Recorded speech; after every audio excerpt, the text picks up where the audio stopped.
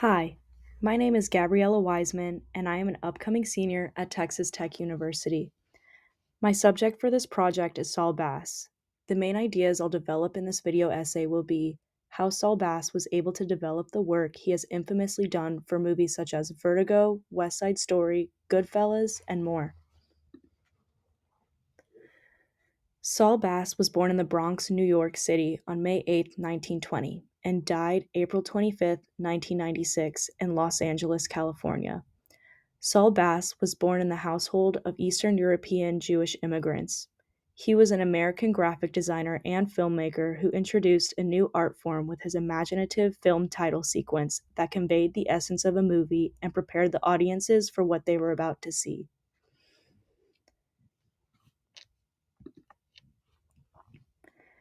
Bass was a creative child who enjoyed drawing. After he completed his degree at James Monroe High School, and he studied at the Art Students League in New York City after receiving a fellowship to attend. And he later attended Brooklyn College, where he was taught by the notable designer Georgie Kepps. The new Swiss style his teachers taught him on his graphic design course at Brooklyn College both embraced and tempered his ideals. Bass learned an effective design did not have to conform to societal values. He worked as an advertising designer before moving to Los Angeles. Since he was brought up in New York, he saw the country's first exhibits of the European modernists at the Metropolitan Art Museum. Not only the paintings of pioneers such as Vincent van Gogh and Paul Gauguin, but the compositions of contemporary designers such as Joseph Albers and Herbert Bayer.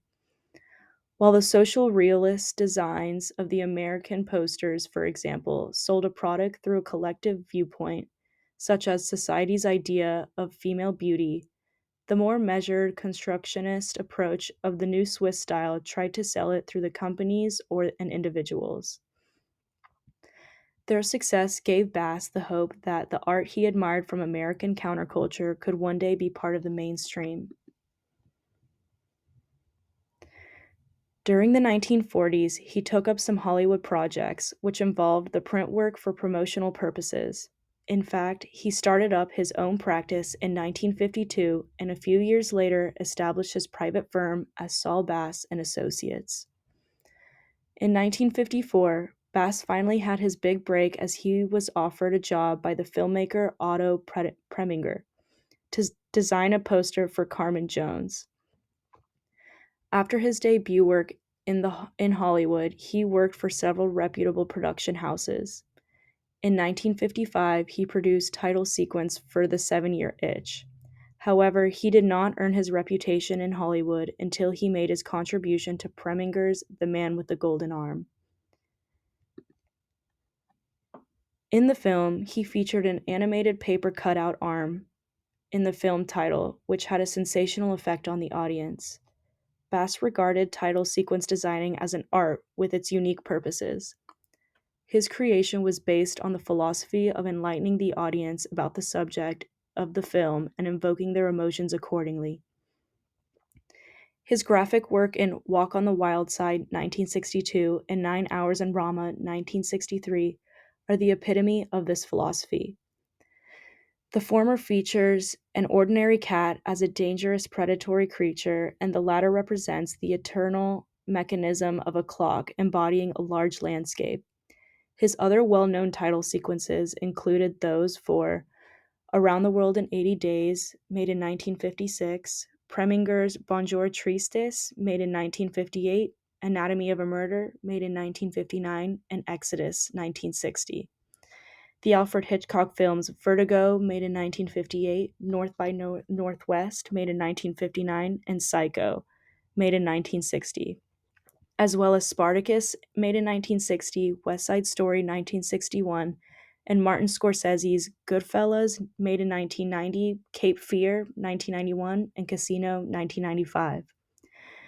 Bass also created iconic logos for the American Bell Telephone Company, AT&T, Continental Airlines, Girl Scouts of America, and Quaker Oats, among others.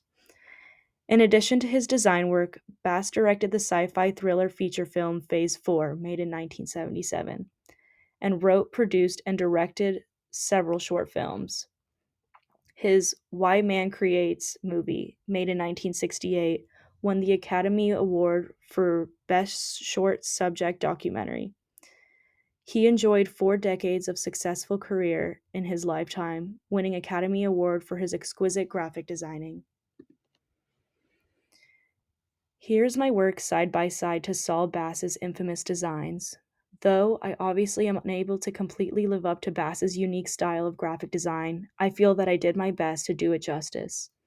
As you can see, I incorporated the geometric shapes with the bold red color he usually uses as background.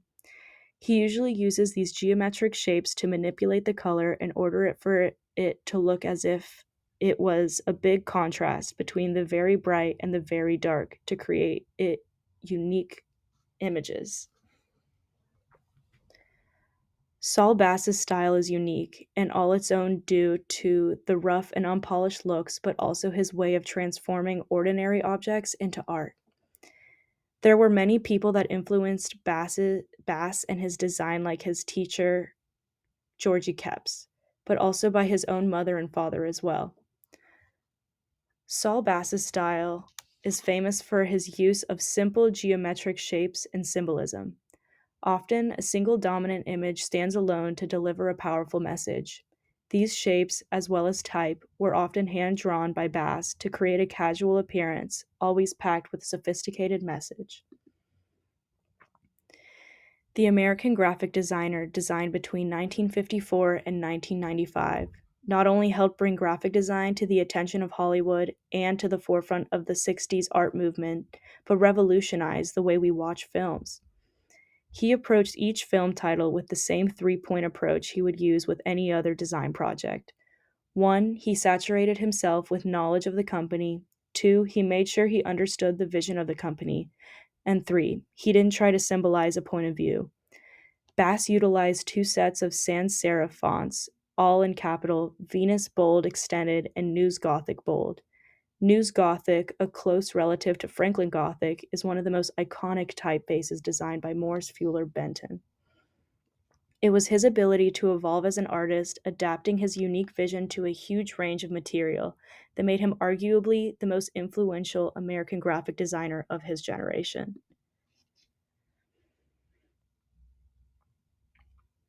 Bass experimented with a range of different styles unless it suited the material. He would never have thought about repeating himself.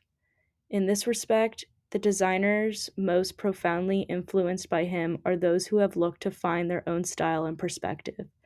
After learning so much about Saul Bass's career, it leaves some lingering questions. From this perspective, do you think that graphic designers who have paid homage to him have truly captured the essence of what made him one of the greats? Also, what aspects of his work do you think are the most important for modern graphic designers to take on board?